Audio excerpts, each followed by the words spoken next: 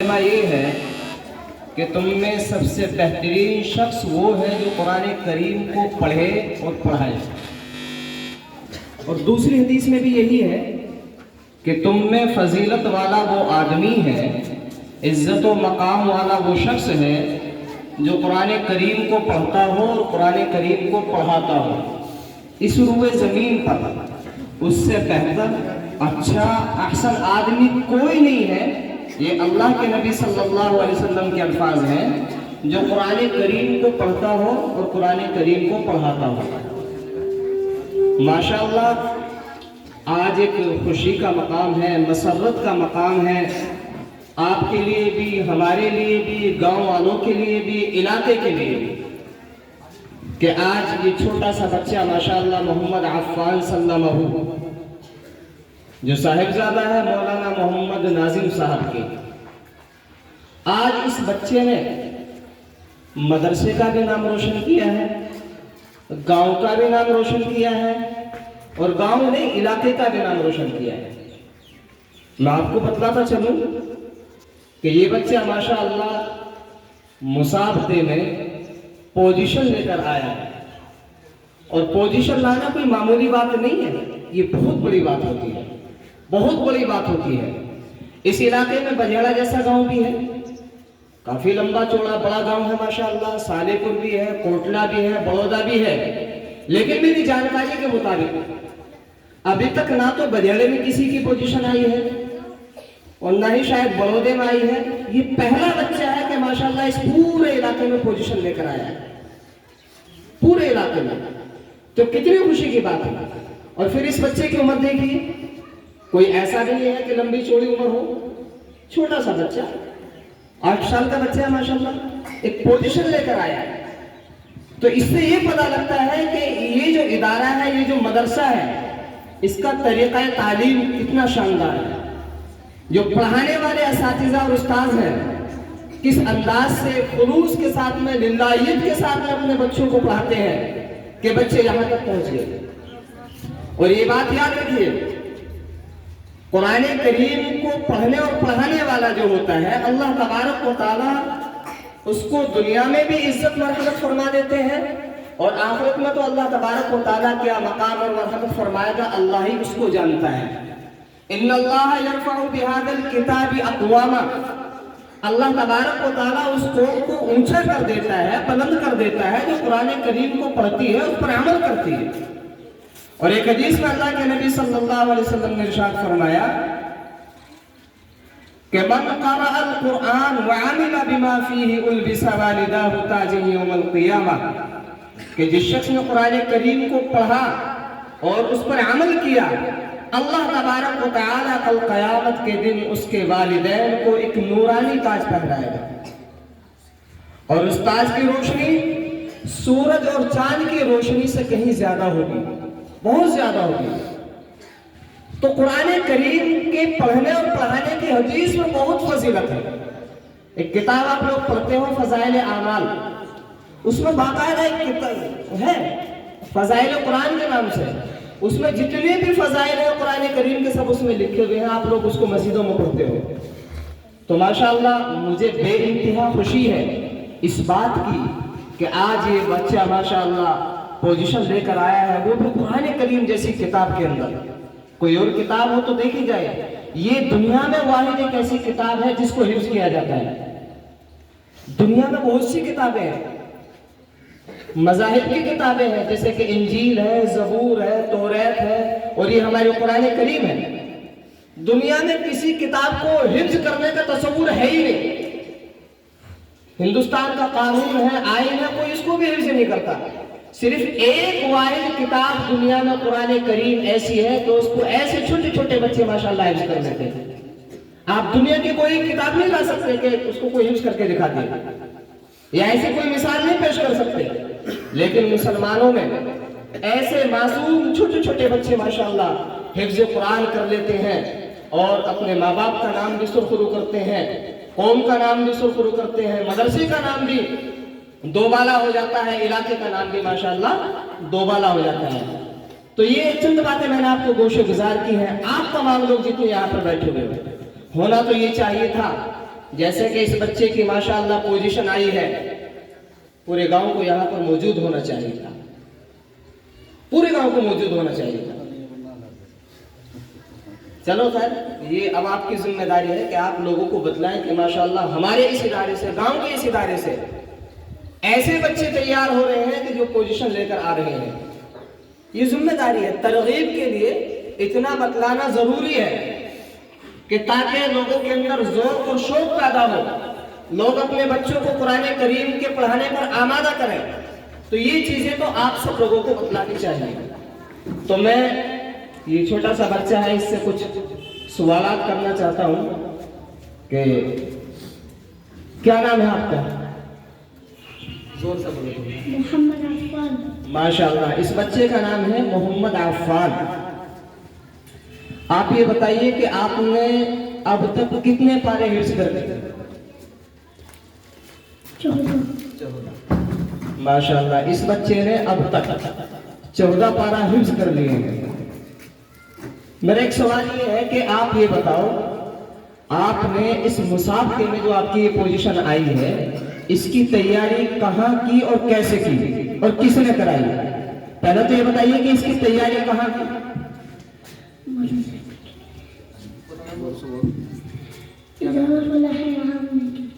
ماشاءاللہ، یہ بچہ تھوڑا سا اس کی آواز کم نکلی، سے لے لو۔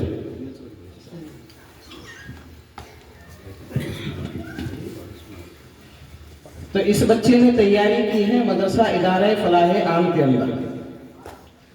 آپ کے استاد محترم کا نام کیا ہے؟ مولانا ناظم۔ مولانا ناظم صاحب، جو ان کے والد صاحب بھی ہیں، انہوں نے ماشاءاللہ اس بچے کو حفظ کرایا ہے، انہوں نے ہی تیاری کرائی ہے۔ آپ یہ بتائیے کہ کتنے پارے آپ نے، کتنا پارا آپ سنایا کرتے تھے؟ ایک بھی، دو بھی۔ ایک پارا اور 2 پارا ہے، ماشاءاللہ۔ اور آپ مجھے بتاؤ، آپ وہاں پر پہنچے مسابقے کے اندر، آپ کو کوئی پریشانی، دقت، اس طرح کی کوئی پریشانی ہوئی؟ نہیں۔ تیاری کس نے کرائی تھی آپ کی؟ ماشاءاللہ، اس بچے کی تیاری ان کے والد محترم نے اور استاذ بھی ہیں، والد بھی ہیں، انہوں نے اس بچے کی تیاری کرائی، اور اس تیاری کا نتیجہ یہ ہوا کہ ماشاءاللہ یہ بچہ سرخرو ہو کر آیا ہے۔ میں آپ کو بتلاؤں، مہاراشٹر کے اندر ایک ادارہ ہے اکل کنواں، وہاں پر تیاری کرائی جاتی ہے بچوں کو مسابقے کے لیے۔ تو وہاں ایک بچے کی پوزیشن آئی تھی، اول پوزیشن۔ تو مدرسے والوں نے اور جو اس کے والدین تھے، گھر والے تھے، ان کو اتنی خوشی ہوئی اعجاز و اکرام کے اندر، اس کے اعجاز و اکرام میں ایک کار دی تھی انعام کے اندر، باقاعدہ ویڈیو وغیرہ ہے۔ تو جو لوگ قرآن کریم کی عظمت کو، اہمیت کو سمجھتے ہیں، تو ماشاءاللہ انہیں خوشی بھی بہت ہوتی ہے۔ تو میں اس بچے سے گزارش کروں گا کہ یہ بچہ تھوڑا سا قرآن کریم پڑھ کر آپ لوگوں کو سنائے۔ یہ بچہ مجھے تو معلوم ہے ماشاءاللہ بہت شاندار پڑھتا ہے، اور اس ادارے کے تمام بچے ماشاءاللہ بہت شاندار پڑھتے ہیں، اور آپ کو میں بتلا دوں اتنا شاندار پڑھتے ہیں اس ادارے کے بچے۔ بھئی ہمارے گاؤں میں تو 5 مدرسے ہیں، وہاں ایسی تعلیم نہیں ہے۔ میرا خود کا بھی مدرسہ ہے، میں خود مدرسہ چلاتا ہوں، میرے یہاں بھی ایسی تعلیم نہیں ہے۔ سمجھ رہے ہیں آپ؟ میں بھی ایک مدرسے کا ذمہ دار ہوں، لیکن ایسی تعلیم وہاں بھی نہیں ہے۔ بس دعا کر دو اللہ تبارک و تعالیٰ ایسی تعلیم کرنے کی توفیق عطا فرما دے۔ تو یہ جو بچہ ہے محمد عفان، میں اس سے گزارش کروں گا کہ یہ بچہ تھوڑا سا قرآن کریم پڑھ کر سنائے گا۔ اعوذ باللہ من الشیطان الرجیم، بسم اللہ الرحمن الرحیم، ومن يقنت منكن لله